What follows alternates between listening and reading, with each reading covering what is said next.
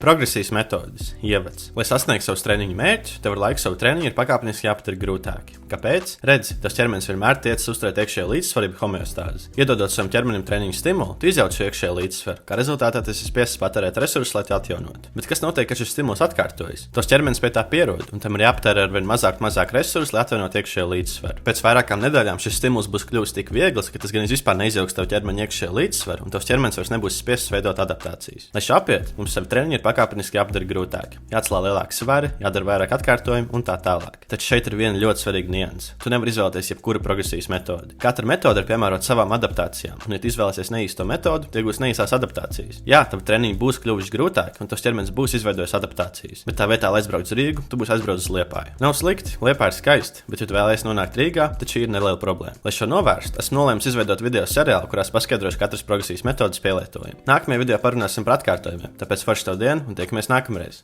Čau!